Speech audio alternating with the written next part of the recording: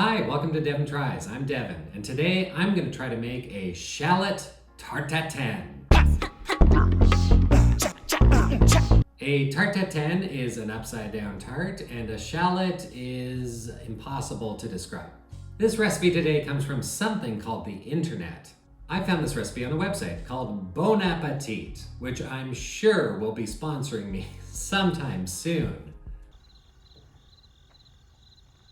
I'm making this recipe today because I had to buy a lot of shallots for my last recipe, and now I had a bunch of shallots. So I looked up what can you do with shallots, and sure enough, you can make a tarte tatin. And since our last recipe was also French, I thought that's a French connection. UK. Fakak. I can say fakak, right?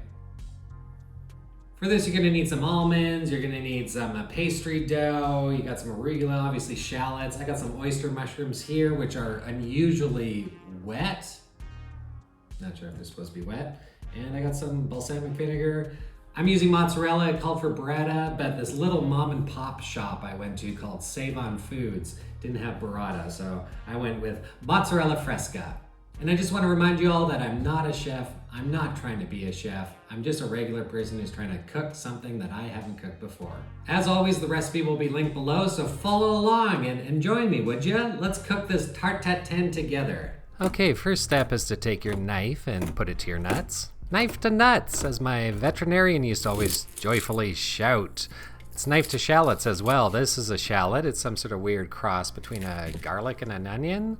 And these are those wet, moisture mushrooms. Oyster mushrooms is what I meant. Although, should have been called moisture mushrooms. And they shook nicely in the bowl. Okay, here I am being too rough with the shallots because they confuse me. And I'm dabbing them up with some nice olive oil, extra virgin. These shook up nice, all oiled up. One gotta get back in there. And of course you gotta hit them with some coarse kosher salt. And some pepper. So the oven was already at 400 to toast those nuts. So I've left that on, and I'm just putting all the shallots down here on this pan, cut side down so they stay in place. I thought about making you watch me put every single shallot on the pan, but that was boring. I did enjoy slamming down these last two little slivers there. So there you go. Out of the oven, looking nice and roasty toasty. Meanwhile, I'm gonna get the syrup going. This is a balsamic reduction, balsamic and sugar. Please don't look in the reflection of the balsamic and look at the underside of my hood range. Filthy! Get a knob of butter and throw it in the pan so it splashes balsamic all over your kitchen. And just let that butter melt. Oh yeah. So I am arranging these cut side up because this is gonna be the upside down. That's right, just like Stranger Things, this tart is upside down, and actually the balsamic reduction is kind of like the monstrous force in that show. So sprinkle some cocaine on your board, and then get a SodaStream bottle if your rolling pin fell behind your fridge like mine did. Puff pastry time, fun. I wrapped the SodaStream bottle in some parchment paper, but I found it kind of started to stick a little bit, so I grabbed some more cocaine. I'm just kidding, it's not cocaine. That would make this recipe so expensive. Besides, that's not what I do with mine. I put it into nice little lines. I'm just kidding, I've never done it. Mom, I know you're watching. I've never done it.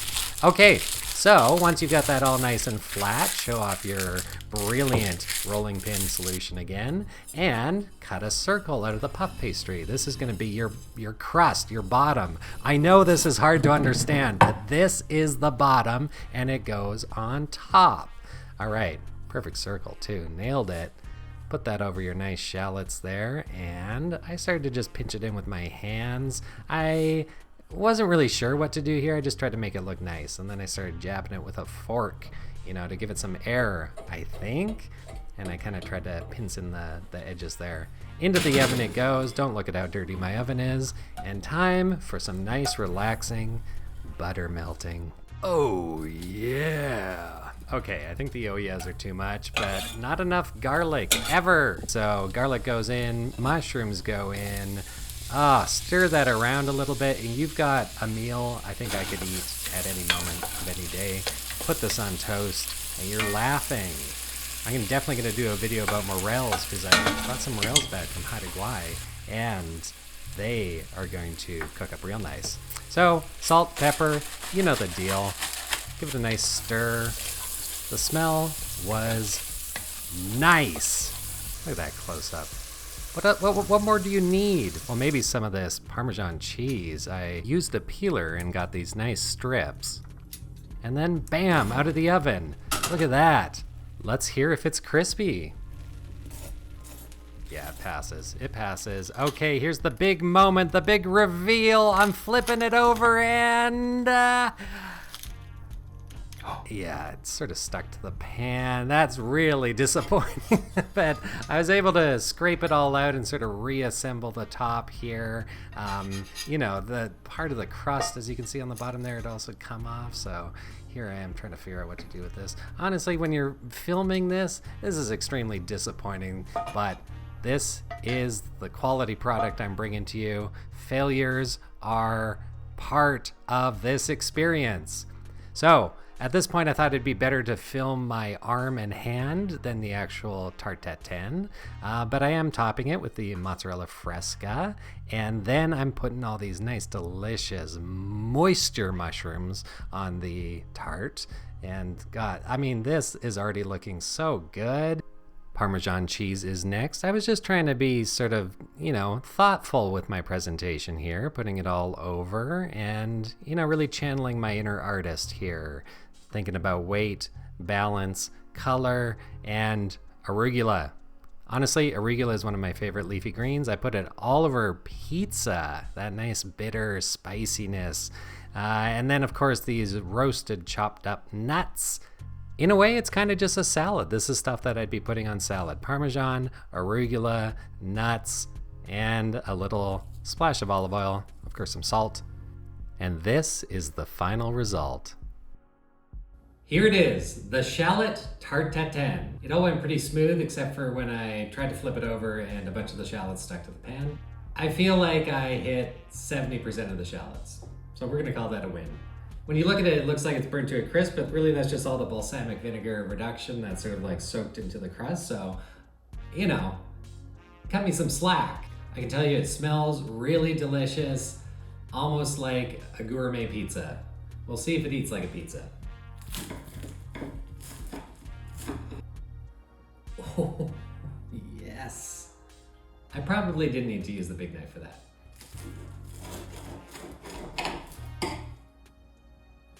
Nice flaky crust cooked through. That's really good. The puff pastry is cooked perfectly. The shallots are really nice and sweet. All the other elements like the cheese and the arugula gives that spice. It's a really delicious meal. I do wish it was bigger. I could have used more shallots. I could have made it larger. It would have felt more like a full meal. Recipe says it serves 4. I think this could be a personal sized meal, but hey, that's just me. Okay, that's all for this week. The Shallot Tarte Tatin. I'll give it a 9 out of 10. That's the highest score yet. If you want me to cook something that you've been thinking about, write it in the comments below. Challenge me. That's all for this week. Like and subscribe. Bye. A Shallot Tarte Tatin? More like a Shallot Tarte Tat 10 out of 10.